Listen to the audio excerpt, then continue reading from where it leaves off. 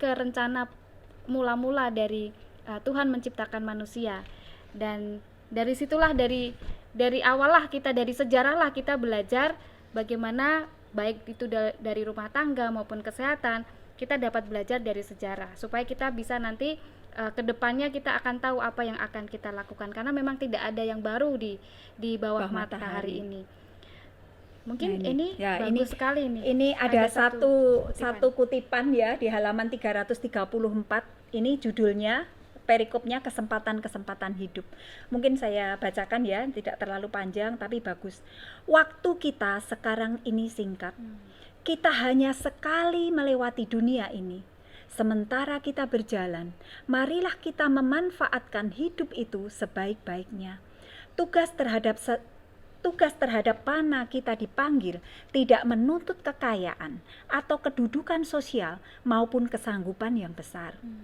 Tugas itu hanya menuntut roh penyangkalan diri, pengorbanan dan tujuan yang teguh. Sebuah lampu, betapapun kecilnya, kalau dijaga tetap menyala, akan dapat dijadikan sarana untuk menyalakan banyak lampu yang lain. Lingkaran pengaruh kita mungkin kelihatan sempit. Kemampuan kita kecil, kesempatan kita sedikit, perolehan kita pun terbatas. Namun kita memiliki kemungkinan yang luar biasa melalui penggunaan dengan setia akan kesempatan dari rumah tangga kita. Kalau kita mau membuka hati dan rumah kita terhadap prinsip ilahi tentang kehidupan, maka kita akan menjadi saluran arus kuasa yang memberi kehidupan. Dari rumah kita akan mengalir arus penyembuhan yang membawa hidup dan keindahan serta buah-buah yang sekarang ini kering dan tandus. Luar biasa sekali ya. Ini ajakan untuk kita bagaimana melalui hidup yang terbaik ini Tuhan menginginkan setiap pembaca dapat akhirnya nanti akan menjadi satu aliran kuasa yang memberi kehidupan. Jadi tidak hanya kita merasakan bagaimana kita memperoleh sumber kehidupan dari Tuhan Allah, tetapi juga akhirnya menjadi saluran bagi mereka. Karena di dunia saat ini kita sudah tahu banyak sekali permasalahan, entah itu sekarang ya bencana pandemi, terus kemudian baru-baru ini kan bencana alam, erupsi, banjir, bahkan longsor. Kita yang sudah kokoh di dalam Tuhan sekiranya dapat menjadi arus kehidupan buat mereka yang entah itu putus asa, merasa gagal, kemudian hilang harapan, penuh kepahitan. Kita akan dipakai Tuhan. Kita harus bisa menjadi kepanjangan tangan Tuhan untuk menyalurkan pengharapan-pengharapan dari Tuhan. Mungkin ada banyak orang yang sedang putus asa, mereka ketakutan, mereka tidak punya harapan. Banyak sekali di luar sana ada orang-orang yang hampa hidupnya. Mereka mungkin punya uang, mereka punya kedudukan, tapi mereka di hatinya mereka tidak punya Tuhan. Jadi inilah tugas kita untuk menjadi saluran supaya kita menjadi menyampaikan pengharapan yang sudah Tuhan berikan bagi kita. Kita sampaikan kepada mereka sehingga mereka juga tersulut obor semangatnya, sehingga mereka tahu bahwa mereka juga dikasihi Tuhan. Mereka masih punya pengharapan bersama Tuhan. Amin. Jadi buku ini sangat menyenangkan. Kalau saya sih senang sekali dengan buku ini karena buku ini tuh sepertinya membukakan pikiran saya untuk hal-hal yang terberat pun itu terasa jadi ringan, karena ada satu maksud yang Tuhan ingin membentuk satu karakter yang baik untuk saya. Saya kira tidak hanya saya, pasti banyak sekali yang suka dengan buku ini dan ingin membagikan juga kisahnya. Teman-teman juga bisa boleh share apa yang sudah teman-teman mungkin baca dari buku ini, apa yang menarik dari buku ini, nanti teman-teman bisa share di kolom komentar. Kalau misalkan ada mau berbagi juga untuk bisa kupas buku bareng, karena buku ini kalau cuma 30 menit, 20 menit itu tidak akan cukup puas kita. Memang puasnya kalau kita membaca seluruhnya. Dan kalau kita bisa berbagi lewat kupas buku, cerita bersama, mungkin ini juga akan mendorong teman-teman yang lain untuk dikuatkan juga. Mungkin ada yang bisa ditambahkan? Kita baca buku ini kalau sekali, 2 kali, 3 kali, rasanya juga kurang ya. Karena buku ini penuh dengan apa namanya ya. Jadi sangat menginspirasi dalam kehidupan. Dan ini kebutuhan yang sangat mendasar dalam kehidupan manusia. Di sini semua dikupas, termasuk pendidikan anak, sekolah itu harus seperti apa ya. Jadi sangat luar biasa. Jadi saya memberikan saran bagi kita semua yang mau meluangkan waktu untuk belajar bagaimana supaya kita hidup secara holistik ya, hidup sehat secara holistik, itu bisa dari buku ini. Ini judul aslinya Ministry of Healing, artinya pelayanan untuk penyembuhan. Karena kita semua nih manusia yang sudah sakit, kita punya sakit dosa gitu ya. Jadi semua manusia membutuhkan gitu, sangat membutuhkan buku ini.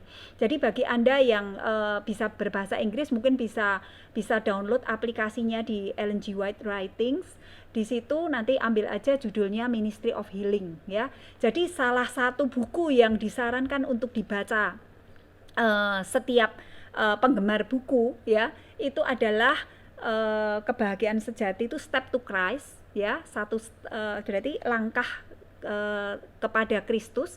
Dan yang kedua adalah ini Ministry of Healing ya. Dan buku ini terbuka ya, tidak hanya untuk kalangan Nasrani, tetapi kita sih rindu untuk semua membaca, bukan untuk mau membuat supaya masuk ke dalam satu golongan tertentu, kelompok tertentu, tetapi dari kekayaan tulisan yang disampaikan ini akan memberikan wawasan yang luas untuk kita semua. Jadi tidak terbatas untuk golongan tertentu, tetapi semua orang bebas untuk membaca. Karena nanti pada akhirnya dari buku ini kita akan melihat begitu baiknya Sang Pencipta itu, Tuhan kita Tuhan Pencipta yang telah menciptakan kita ini, manusia dan seluruh isinya tidak terkecuali. Kita akan melihat satu gambaran yang luas lagi tentang Pencipta kita yang menginginkan kita untuk memiliki pemulihan, baik kesehatan secara rohani dan jasmani, dan bagaimana setiap individu ini Tuhan inginkan untuk menjadi saluran berkat kehidupan, berkat keselamatan, berkat kebahagiaan. Jadi setiap orang punya kesempatan masa depan yang baik untuk bisa menjadi kebermanfaatan bagi orang lain. Ya, gitu. Betul. Jadi kalau kita, saudara, kalau kita mau membaca buku ini, kita akan tahu peran kita ya di dalam rumah tangga, terus kemudian di dalam lingkungan kita, apa yang kita bisa lakukan untuk menjadi berkat bagi sesama kita. Mungkin ada orang yang sakit, yang perlu ditolong di dalam kehidupan ini, bukan hanya secara materi, tapi lebih secara kita berbagi kasih. Kita tidak pernah bisa memberikan sesuatu yang kita sendiri tidak miliki. Benar begitu kan? Jadi saya tidak mungkin bisa memberikan Wira ini sesuatu. Misalkan saya tidak bisa memberikan Wira ini uang kalau saya sendiri tidak punya uang kan, gitu loh. Jadi kalau saya mau memberikan seseorang itu sesuatu, tentunya saya harus punya sesuatu yang mau saya berikan. Saya tidak bisa memberikan buku ini kalau saya sendiri tidak punya, gitu loh. Jadi maksudnya kita harus mau mengisi diri kita supaya kita terisi, baru kita bisa bagikan ke orang lain. Jadi ini salah satu buku yang yang sangat berarti buat saya pribadi. Dan beberapa waktu yang lalu saya kebetulan ada grup kesehatan ya itu ya. Jadi di situ tuh ada banyak orang yang bukan Kristiani. Jadi maksudnya kita bergabung dari banyak denominasi. Kemudian ada salah seorang yang mengatakan bahwa dia itu ternyata ada gangguan di dalam pikiran sehingga mungkin susah tidur dan seperti itu. Kemudian saya bagikan, ini ada satu tulisan yang sangat bagus, judulnya Obat Bagi Pikiran. Apakah Anda mau gitu? Kemudian bagi Anda yang mau, saya bilang boleh japri ke saya. Ternyata dari grup itu ada 8 orang yang menjapri saya. Berarti ternyata ada banyak sekali. Sebenarnya ada banyak lagi yang lain itu. Saya yakin mereka juga banyak kita sakit pikiran, gitu. Jadi saat kita mulai jauh dari Tuhan, pikiran kita pasti sakit. Karena memang di dalam diri manusia itu ada satu ruang itu yang harus diisi. Yang isi itu benar-benar harus Tuhan sendiri. Jadi kalau itu tidak terisi oleh Tuhan, maka kita akan merasakan sesuatu itu kurang. Kehidupan kita ini akan kosong, hampa, rasanya hidup ini sia-sia, Tidak berarti. tidak berarti gitu. Jadi memang hanya Tuhan yang bisa mengisi kita. Itu yang Amin. luar biasa. Baiklah, saya rasa setiap orang harus punya pengalamannya ya, pengalamannya untuk bisa memiliki hubungan dengan Tuhan. Nah, buku ini menolong untuk siapapun supaya memiliki hubungan dengan Tuhan, karena ada prinsip-prinsip yang Tuhan ingin ajarkan supaya kita memperoleh hidup yang terbaik, tidak hanya untuk diri kita, tetapi juga untuk lingkungan dan nanti untuk masyarakat yang lebih luas lagi. Pasti Tuhan akan gunakan masing-masing kita bila mana kita sudah bersiap hati dan Tuhan sudah melihat kesiapan diri kita untuk dipakai untuk menjadi alat kebaikan buat sesama.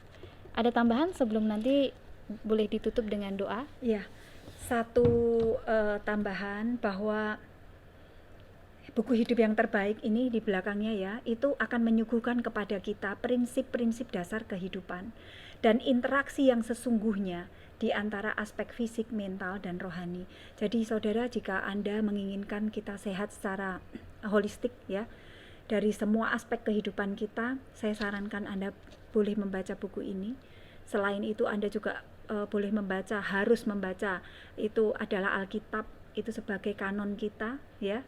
Terus kemudian dari buku ini kita nanti akan tahu bagaimana kita bersikap untuk mengantisipasi hal-hal yang mungkin akan datang dalam kehidupan kita, bagaimana kita menanggulangi kekecewaan dalam kehidupan, bagaimana kita merawat orang sakit, bagaimana kita bersikap kepada anak-anak kita, kepada tetangga kita, kepada lingkungan kita. Sangat komplit buku ini saudara. Jadi Anda tidak rugi ya membaca buku ini. Jadi buku ini juga sudah diterbitkan dalam kurang lebih 150 bahasa. Karena buku ini sangat powerful ya. Jadi yang membaca ini tidak hanya orang Indonesia tetapi seluruh dunia. Buku ini tersebar dalam berbagai bahasa. Jadi kalau misalkan teman-teman belum sampai membaca buku ini, sebaiknya segera cari referensinya, mungkin di internet juga ada, tapi kami akan menganjurkan untuk bisa membacanya dalam bentuk buku, karena akan lebih memudahkan kita mengingat, juga nanti kalau kita mau pakai penanda juga akan lebih baik, bisa dibuka lagi, karena juga kita akan mengurangi juga paparan radiasi dari media elektronik, sehingga kita akan lebih menganjurkan untuk membacanya dalam bentuk buku. Jadi ini yang bisa kami sampaikan. Kami dari Pustaka Advent juga khususnya mengucapkan terima kasih untuk Ibu Andrini bisa bertemu langsung di tempatnya dengan koleksi buku yang banyak. Jadi ini sangat memberikan semangat untuk kita untuk mencari banyak wawasan melalui buku-buku. Ada lagi Bu Andrini yang perlu ditambahkan sebelum kita tutup sesi ini dengan doa? Ya. Ada satu hal kita harus tahu bahwa Tuhan menciptakan manusia itu adalah dengan satu keinginan, yaitu semua ciptaannya ini boleh memuliakan Tuhan. Jadi kalau kita secara pribadi kita boleh hidup dekat dengan Tuhan, kita suka membaca firman Tuhan, kita bisa melakukan semua firman Tuhan, bukan karena terpaksa, tapi karena kasih kita sudah merasakan kasih Tuhan, dan karena kasih Tuhan itu menyentuh kita, sehingga kita juga berbagi kasih itu, sehingga hidup kita menjadi kemuliaan bagi nama Tuhan. Amin. Tidak ada hal yang lebih menyenangkan hati Tuhan selain kita bisa menyenangkan hati Tuhan, hidup menjadi kemuliaan bagi Tuhan. Amin. Baiklah, Bu Andrini mungkin boleh berdoa untuk kita semua. Baiklah, kita bersatu dalam doa. Tuhan Bapa yang penuh kasih, sungguh kami bersyukur ya Tuhan untuk kesempatan pada malam hari ini. Kami boleh berbagi bagaimana Tuhan mengasihi kami. Tuhan sudah memberikan penuntun bagi kami, untuk kami boleh belajar mengetahui bagaimana kami harus hidup, supaya kami boleh menyenangkan hati Tuhan, menjadi kemuliaan bagi nama Tuhan. Terima kasih untuk buku hidup yang terbaik, yang sangat memberkati kami.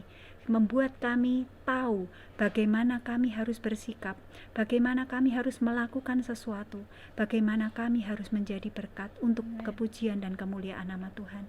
Terima kasih untuk tuntunan di mana kami boleh menjadi anak-anak Tuhan yang mengasihi seisi rumah tangga kami. Bagaimana kami boleh menjaga kesehatan kami, sehingga kami boleh menjadi berkat bagi sesama, bagi keluarga, teristimewa menjadi kemuliaan bagi nama Tuhan. Amin. Terima kasih Tuhan, kiranya Kau berkati semua pemirsa dari IG Live yang mengikuti acara ini dari awal hingga akhir. Juga berkati para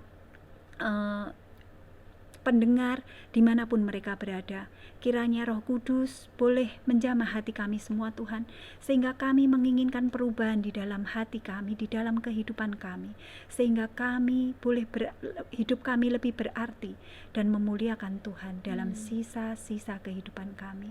Biarlah Engkau selalu menjadi nahkoda di dalam rumah tangga kami masing-masing. Terima kasih ya Tuhan, ampunilah segala dosa dan kesalahan kami. Kami berdoa di dalam nama-Mu Yesus Kristus yang menjadi juru selamat, penebus dan imam besar kami. Amin. Amin. Terima kasih sudah bergabung di sesi kupas buku yang kedua. Kita akan mengikuti kupas buku nanti di minggu berikutnya.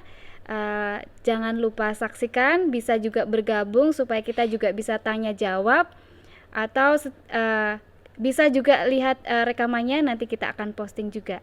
Terima kasih, Tuhan memberkati, sampai jumpa.